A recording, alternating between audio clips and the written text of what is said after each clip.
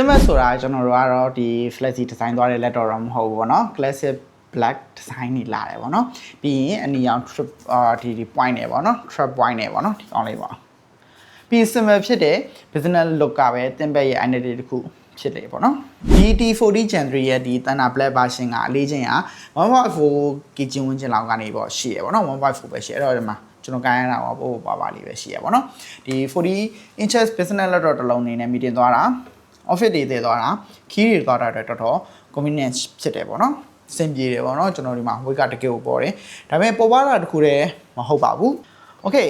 performance မိုင်းကြည့်မယ်ပေါ့နော် performance မိုင်းကြည့်မယ်ဆိုရင်ဒီကောင်လေးကတော့ AMD Ryzen 5 Pro 6650U processor ကိုအသုံးပြုပေးထားတယ်ဒီ CPU ကတော့ကျွန်တော်တို့ Zen 3 architecture Zen 3 Black architecture ဖြစ်သွားပြီပေါ့နော်အဲ့တော့ 6 core 12 thread နဲ့လာမယ် base clock 2.9 GHz ပါမယ် boost clock 4.5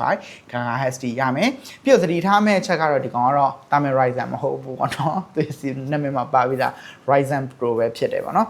ဒီ AMD Pro technology support ပါလာတာကြောင့်ကျွန်တော်တို့ဒီ business environment တွေပေါ့နော် security တွေmanageability တွေပါသွားပြီးတော့ရွေးထားတဲ့ processor series ဖြစ်တယ်ပေါ့နော်ဒါကြောင့်မို့လို့ကျွန်တော်တို့ office web တွေ accounting software တွေ code တွေ program တွေ multi ဒီ browser tab တွေ zoom ကျွန်တော်တို့ meeting တွေ business application တွေအတွက် performance ကလုံလောက်တာထက်ကိုအများကြီးပိုပါတယ်ဒီ graphic ပေါ့နော်သူမှတော့ graphic ကတော့ AMD Radeon 660M integrated graphic ပေါ့နော်ဒီ Radeon 660M မှာ graphic ကို6ခုပါတယ်ပေါ့နော်6ကိုပေါ့နော် frequency ကတော့1900 MHz တိရှိတယ် dedicated GPU တော့မဟုတ်ဘူးဒါပေမဲ့ Office Graphic တွေ Photoshop လို basic creative workload တွေ video playback တွေ light game media တွေကတော်တော်လေးကိုအဆင်ပြေပါတယ်ဒီ memory ကတော့ကျွန်တော်တို့ကတော့ 60GB LPDDR5 6400 speed ပါတယ်ပေါ့နော် speed ကတော့လည်းမြန်တယ်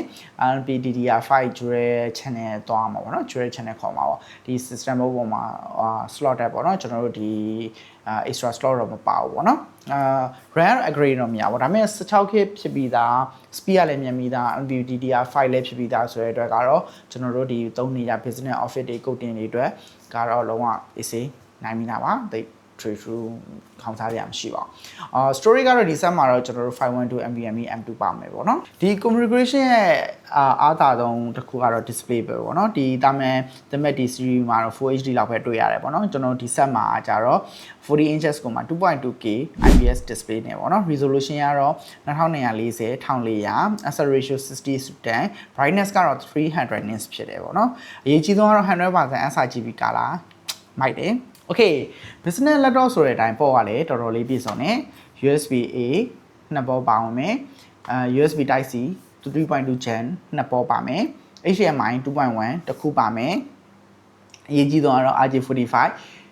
Ethernet ပေါ်တောင်ပါတယ်ဗျာဒီမှာ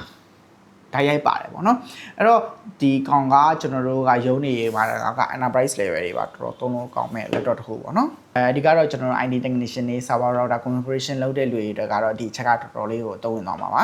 USB Type C ကလည်းကျွန်တော်တို့ဒီ USB-C ပေါ်ကလည်း charging data transfer နဲ့ display output တွေလည်း support လုပ်တယ်ပေါ့နော်အဲ့တော့ကိုက monitor ခွဲချင်တယ်ဆိုလဲဒီ HDMI မထိုးဘဲနဲ့ Type C မှာနဲ့ထိုးပြီးတော့ကျွန်တော်တို့ကနေမှပွားလို့ရတယ်ပေါ့နော်အားလည်းသွင်းလို့ရတာပေါ့နောက်တစ်ခါတော့ကိုကနေမှ performance မြင်ရမယ် keyboard ကောင်းရမယ်လုံးဝခိုင်ခန့်ရမယ် display ကလည်းလုံးဝ 2K ကောင်းရမယ်ပေါ်ကလည်းပြည့်ပြည့်စုံစုံပေါ့နော်ဒီ RG45 တွေပါတဲ့ဟာပေါ့နော်ရေရှည်သုံးမယ် business wire အတွက်အားကိုးရမယ်ဒီအထီးကတော့လုပ်ငန်းခွင်တွေမှာလုံးဝ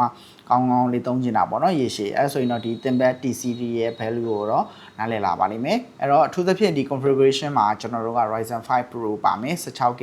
DDR5 ရဲ့ 512 SSD ရဲ့ 2.2K resolution ရဲ့ 100% sRGB display ကြောင့်ပေါ့နော်ကျွန်တော်တို့ကတာမန် office laptop တစ်လုံးထက်တစ်ဆင့်မြင့်တဲ့ business machine တစ်လုံးကိုဒီကောင်လေးနဲ့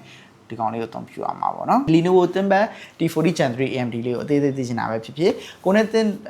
မတင်တိုင်ပင်ချင်တာပဲဖြစ်ဖြစ်ဆိုရင်တော့ငိမ့်နေကလုံးမှာဆက်သွယ်မြင်နိုင်ပါတယ်အားလုံးကိုကျေးဇူးတင်ပါတယ်ကျွန်တော်ငိမ့်နေကလုံးအားစားနေပါ